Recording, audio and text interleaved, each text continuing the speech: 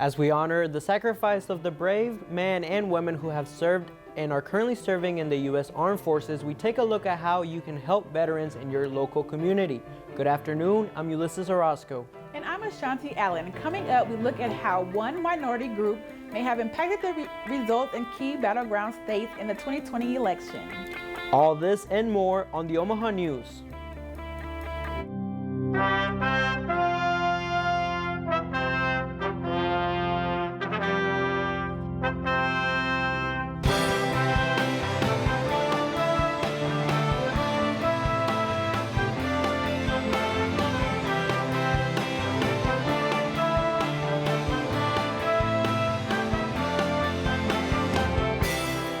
From the studios of UNO Television, this is the Omaha News, presented by UNO School of Communication. Vote is often overlooked. Reporter Sophia Ritter joins us live in Studio A to show us why it is so important to take it seriously. According to Pew Research Center, Latinos are the largest minority group in the U.S. with 32 million eligible voters in 2020. They account for an estimated 13% of eligible voters, and these votes made a difference in key battleground states. According to the research firm Latino Decisions, Latinos had a record turnout in the 2020 election, with an estimated 2.1 million more votes than in 2016. They're going to help Biden win in Arizona and in Nevada, particularly, but also has added to the vote totals in places like Pennsylvania and Georgia. So they had a big impact in the election this year. Cuban Americans in Florida also helped Trump secure the state's 29 electoral votes, showing that the Latino vote is not as straightforward as many people think. They don't sing with a singular voice. There's diverse voices in the Latino community. And I think that, to me, it's a sign that they're maturing, that they're going to be like every other segment of the population. If you happen to be in Irish, there's conservative Irish and there's liberal Irish.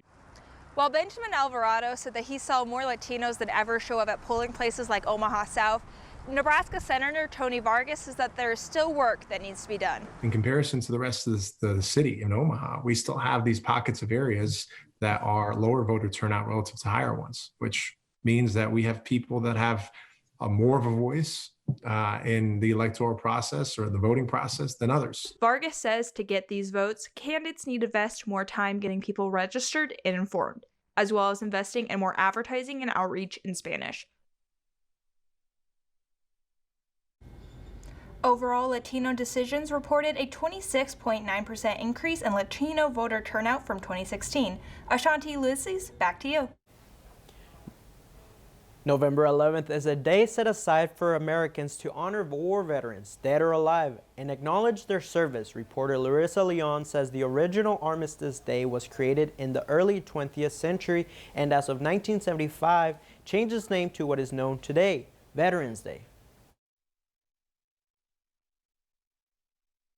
November 11th, 2020 is a day we reflect on our appreciation of our veterans. With 17.4 million veterans in the United States, it may seem challenging to know exactly what to do to support them. If you're struggling on how to show your support, Katie McCauley, a representative of the Omaha Wounded Warrior Project, suggests it can be as simple as mowing their lawn. If you have a neighbor or someone that you have identified as a Vietnam vet or a veteran of any service, help them out. If you see them, mowing their yard or whatever, pay attention to them. And it's important that we recognize all veterans. Members of the Wounded Warrior Program are helping both men and women with their separate needs. With over 1.6 million veterans being female, Iraqi veteran Katrina Eilers hopes to raise awareness to herself and to all female veterans. Female veterans are the only rising population of veterans, and I feel like people don't think we exist, or if they do, they don't think we had it as bad as men. Katie ensures that on Veterans Day, the Wounded Warrior Project is open to support vets. We're actually open on Veterans Day. It isn't, a day off for most people, but we will be here serving our veteran community. With your Omaha news, I'm Larissa Leone. The Wounded Warrior program also provides opportunity for service training that includes free schooling for veterans that helps ensure they secure a job post-service. Medical doctor and director of clinical and biodefense research James Lawler says that Nebraska is at the point where hospitals in the Omaha Metro are going to be overrun. Lawler says that we have a very short period of time in which to change that trajectory. He says eliminating indoor gatherings, large crowds, and putting fewer kids in school buildings would lend better to flattening the curve. This past summer, restrictions were relaxed, but some went on their own and stuck to restrictions. The Omaha City Council voted to extend the mask mandate through February 23, 2021. During their meeting Tuesday afternoon, the council considered two significant changes to the ordinance. First, the mandate would end if the positivity rate drops to 5% or less for 2 consecutive weeks. Second, the mandate would end if there are reports of 10 cases or fewer per 100,000 people in those 2 weeks, based on 7-day average. According to the Douglas County Health Department's COVID-19 dashboard, the latest rate showed just over 88 positive cases per 100,000, with 592 new cases reported Tuesday. After warning Nebraskans of dangers of COVID-19 being spread through social gatherings, Governor Pete Ricketts and First Lady Suzanne Shore were forced to quarantine after being exposed to the virus at a small dinner gathering. Ricketts says he and Shore ate outside with 3 other people in Ricketts' Omaha home on Sunday. One of the 3 tested positive on Monday. Ricketts' quarantine comes after critics of the governor point out his refusal to issue a statewide mask mandate. Though Ricketts' latest public health measures does require masks in businesses when staff and guests are within 6 feet of each other for at least 15 minutes. Coming up, as the holiday and winter approach, our annual events gets ready to turn on the lights. Next, with COVID-19 showing down social gatherings, one Omaha business finds a way to let locals enjoy a night of safety. Keep watching, we'll be right back. There's a unique educational experience right here in Omaha. With access to top-rated programs, in-demand degrees, and a worldwide community of graduates, UNO prepares students for life, wherever it may lead. From Omaha to Italy to Uganda to Japan, Mavericks are working in communities around the globe. So where will a degree from UNO take you? UNO, access to exceptional, access to the world. Learn more at unomaha.edu.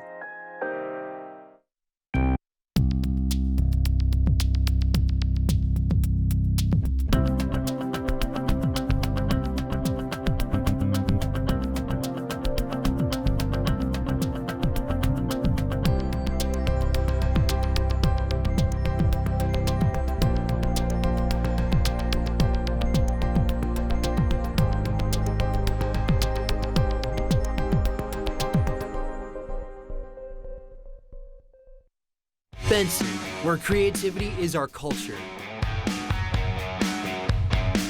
Benson's lively atmosphere offers a unique experience. Come enjoy great live music, enjoy a variety of bars, get amazing food from local restaurants, and shop at local businesses. Whatever you do, you won't be disappointed with your experience. Learn more at experiencebenson.com. This is the Omaha News. Omaha has already seen its first snowfall this year, and though the snow is gone inside the Capital District, 8 igloos remain. Reporter Ethan Walbeck joins us live to tell us more.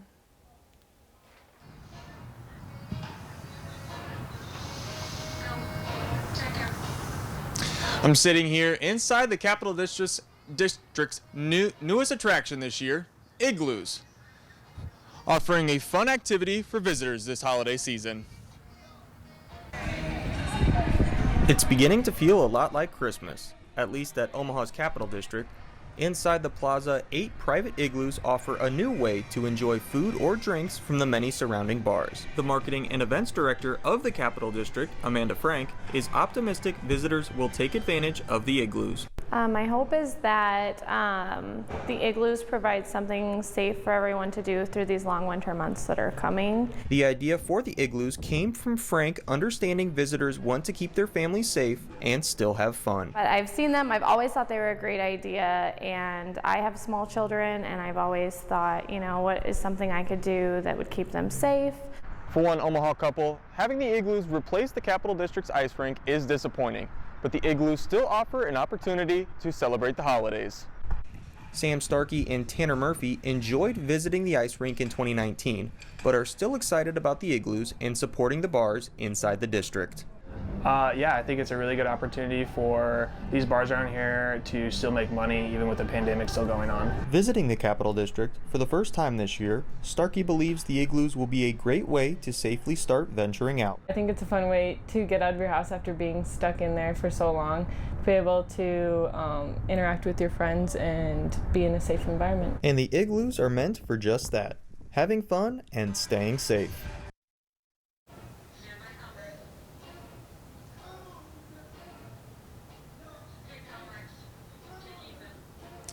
And the igloos are now available to rent for $100 in 2.5-hour blocks. And the attraction will stay in the Capital District through Valentine's Day for those looking to celebrate the holidays. Ashanti, Ulysses, back to you. Hey Ethan, before you leave, can you just tell me how do they keep those igloos warm throughout the year?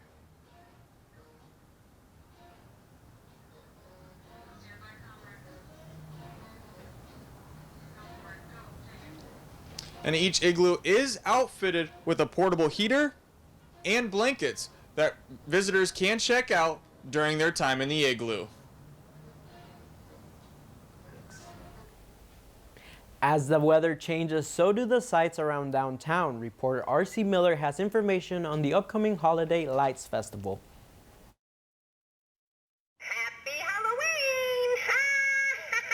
It's out with Halloween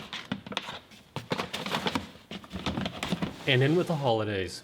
Downtown Omaha is preparing for the annual Holiday Lights Festival with the lighting ceremony scheduled for this November 20th. Some things will be different this year due to the pandemic, such as the KETV family event, says Kylie Vanami, the senior project manager of the festival.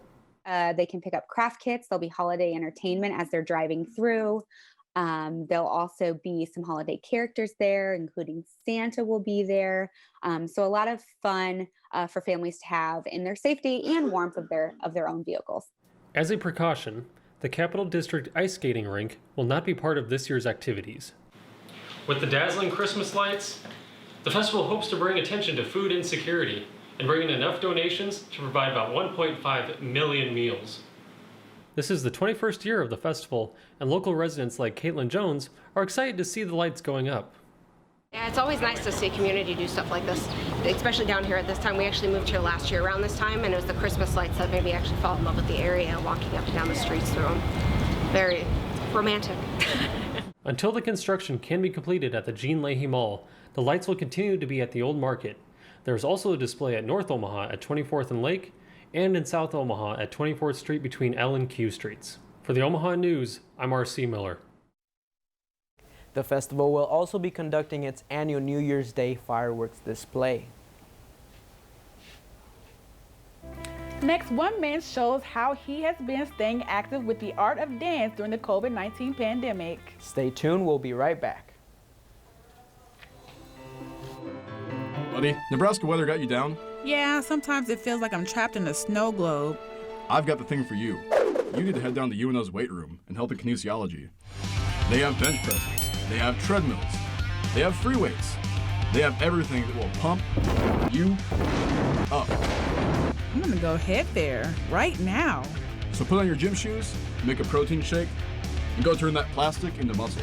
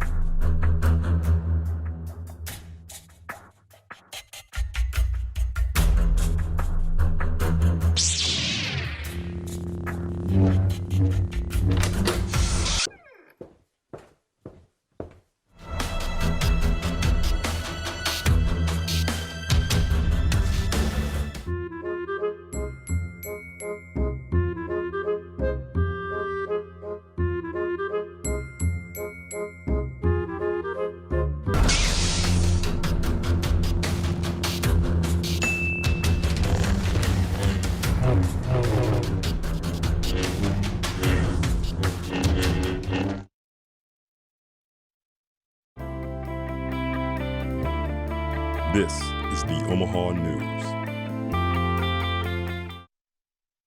Welcome back. The dance style known as breakdancing is composed of 3 types of dance: top racks, footworks, and power moves. I investigate how one dancer has found his voice through breaking.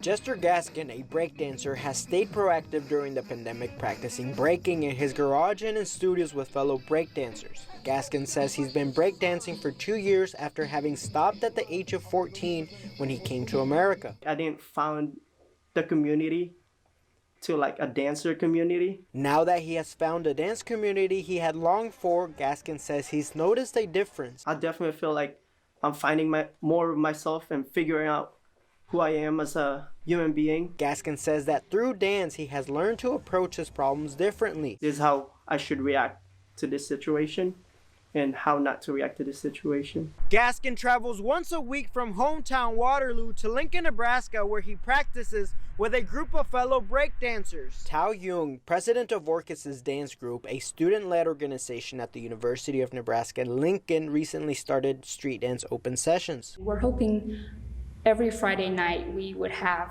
a time that street dancers, like here, the b-boys here, could get together and dance since the weather is getting cold. Gaskin says he posts his progression in breakdancing on social media for himself, but has received feedback. Even though it's just like a one person, it actually just like, cool. Like, actually like, you know, it helps me, helps you, you know.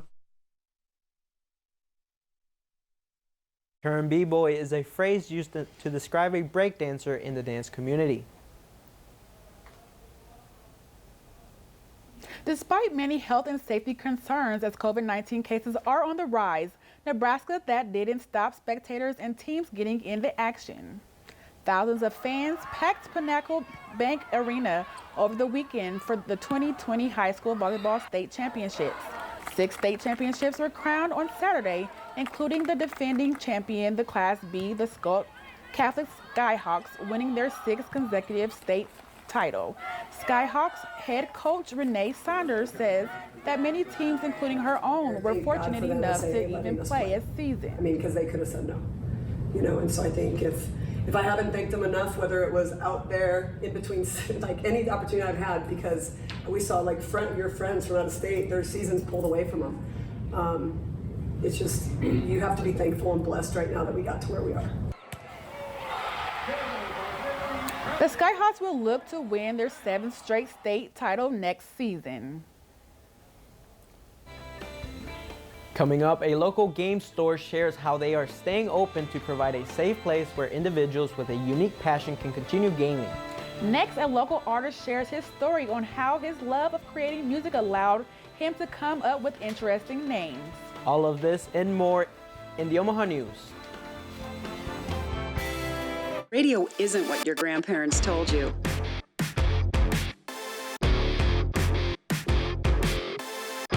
It's about discovering facts from the other side of the story. But MavRadio.fm produces talent, people who can take someone's story and bring it to life.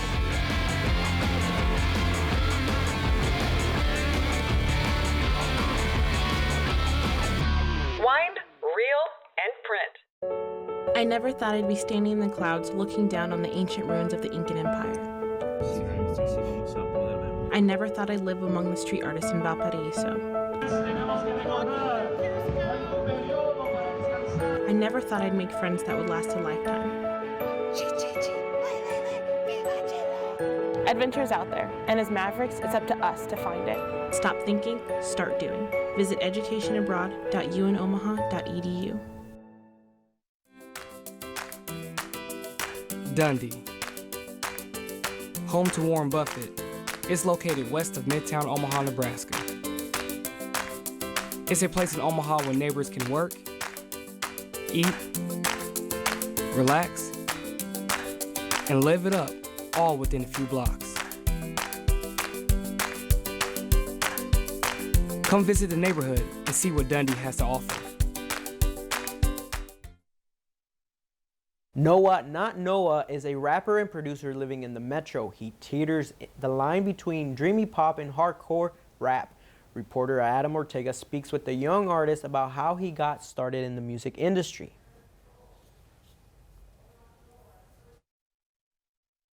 Noah Not Noah is a creative hip-hop artist born and raised in Omaha. He started making music in 2016 with just an iPhone and a dream. When I was like 13, my mom got me a laptop, and I thank her for that. Like, that's probably what got me started into like actually producing. Like, I've always fell in love with music. Noah says he plays a variety of instruments including guitar, drums, and keyboard. The spelling of his name is different, which is why he goes by Noah Not Noah. My name is N-O-W-A, not N-O-A-H, like the regular spelling of Noah. But that just means I'm different, you know? I'm sitting in a makeshift studio, something very similar to what Noah Not Noah uses to make his own music. Now, being able to produce music in the comfort of your own home is especially important during an ongoing pandemic. Noah recently hit 10,000 streams on his SoundCloud, a milestone he thought he'd never hit. It just like made me believe like anything is possible, because I'm not like a flashy person. I don't have like many friends. I'm not caught up in like the popular group. Noah says the biggest supporter of his music is his girlfriend, Naya. She says he's been using quarantine to write more lyrics. His creativity has just gotten on a different level that I've never seen. Like, he's making way more music. For the Omaha News, I'm Adam Ortega. When the pandemic is over, Noah Not Noah hopes to perform live. For now, he regularly streams performances live on his Instagram. You can listen to his music on Spotify and SoundCloud. COVID-19 has driven many people to new hobbies or rediscovering old ones, of which is board games. So how are the board game stores dealing with COVID-19? Omaha has a strong board and card game community with over 10 game stores in the metro area and several recreational groups for the games. One of these stores, the Geek Room, off 186th and Pacific, has seen a lot of change with COVID regulations. Jason Kopecki, one of the owners, said that even before the city mandates were in place, they were ready. Put a lot of our tables away, made sure that the ones that we left were socially distanced, were 6 feet apart from sales walls, the counter, the other tables. Even before the citywide mandate, we mandated masks. If you were going to play the game, we limited how long people could be in here at a time. Like many other Omaha businesses, the Geek Room and other game stores in Omaha have instituted a curbside pickup policy where customers don't have to enter the physical store to get their game. Of course, the 6-foot social distancing rule can hamper some in-person play, but for many war games, the board is already that large or larger. The only effect it's had on some of these games is attendance. Ryan Jekyll, an Omaha resident and Star Wars Legion player, says things have definitely changed for his group. Because we used to have a day on Sundays where we could come in and play. That's now gone. So right now it's more sitting at home, painting, reading. Now, this isn't to say people aren't playing games. Many are, but from the safety of their homes, either alone or remotely with friends. As for when things can start to get back to normal, it's a roll of the dice. For the Omaha News, I'm Jared Barton. For the time being, the Geek Room and other local game stores are asking customers to keep to their time limits and call ahead before coming to play. Thanks to the backlash from academic leaders, ICE resigned their policy to require international students to attend in-person classes or face deportation. Reporter Aaron Chance speaks to UNO students who have traveled long distances to study in a whole new environment. With over 1,600 international students at UNO, the directive announced by the U.S. Immigration and Customs Enforcement back in July was rescinded just days later. The directive required international students to attend in-person courses or face being sent home. Chris Allen, a communications professor at UNO, reached out to all international UNO students when the policy was announced to assure them that he would hold a large lecture for all international students if he had to. But I was pretty sure that I wasn't going to have to teach that course because, number one, I was pretty sure UNO was going to come through with something for them, that all students would have at least one in-person course. But I really felt strongly that that order was going to get rescinded. Alan says he didn't make his commitment to teach the course frivolously and would be teaching it now if he had to. UNO student Anam Al-Ruwaidi wasn't in the States when the directive by ICE was announced, and because of the quick retraction, she didn't hear about it, but says it would have been stressful. If I was in that situation, I'd be really upset. With the directive rescinded, all students can focus on passing their classes, especially since most courses have transferred to virtual learning. Alan has many hopes for everyone's semester. Well, my hope is that they learn as much this semester as they would in any other normalized semester. We all know that it is tough going to another country to learn, even more so now with online learning. UNO student Bridget Harity studied abroad in Ljubljana, Slovenia last semester. She was told to head home only 5 hours before airports closed.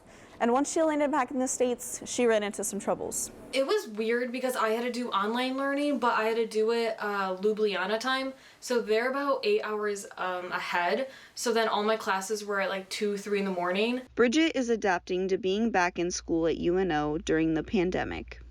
Currently weird because of Zoom, but just adjusting to it. It doesn't seem like there is an end to COVID-19 in sight. However, we know we aren't alone. I would just say keep your head up, stay strong, it will get better. It's just if you can get through this, you can get through really anything. It's just a tough obstacle, but don't let it ruin your life. For the Omaha News, I'm Erin Chance. Our hopes were answered this semester with UNO's doors staying open by taking extra precautions for the health and safety of the students and faculty. That's all we have for today. Join us next week for more exciting stories in your community. Follow us on Facebook and Twitter at UNO Omaha, the Omaha News, or find us on our website for even more stories and news stories at unoomahanews.com. From all of us here at UNO Television, thanks for watching. We'll see you next time. That was pretty good. Yeah, it was pretty good. Yeah.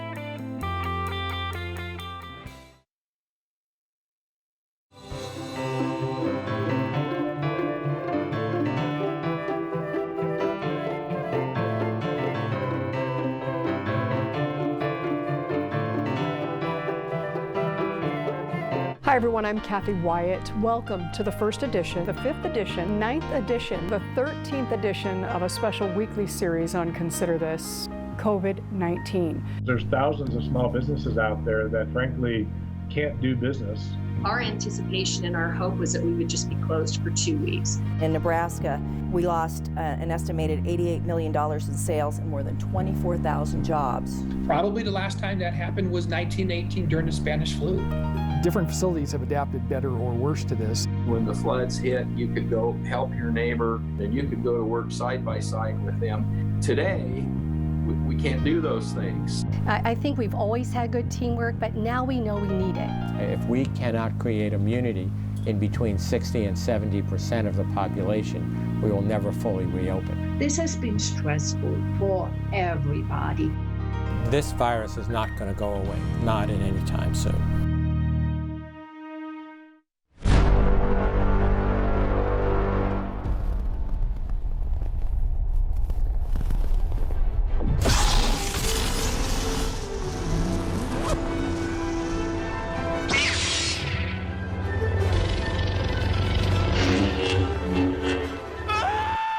Lyle, calm down.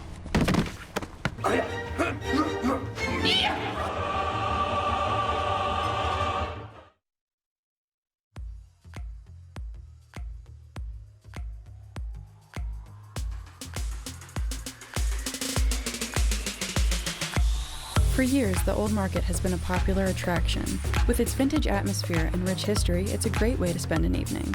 It has niche restaurants where you can grab dinner, and unique stores you can shop at, making it an exciting place to explore. So come on down and check out the Old Market, located between 10th and 13th Streets and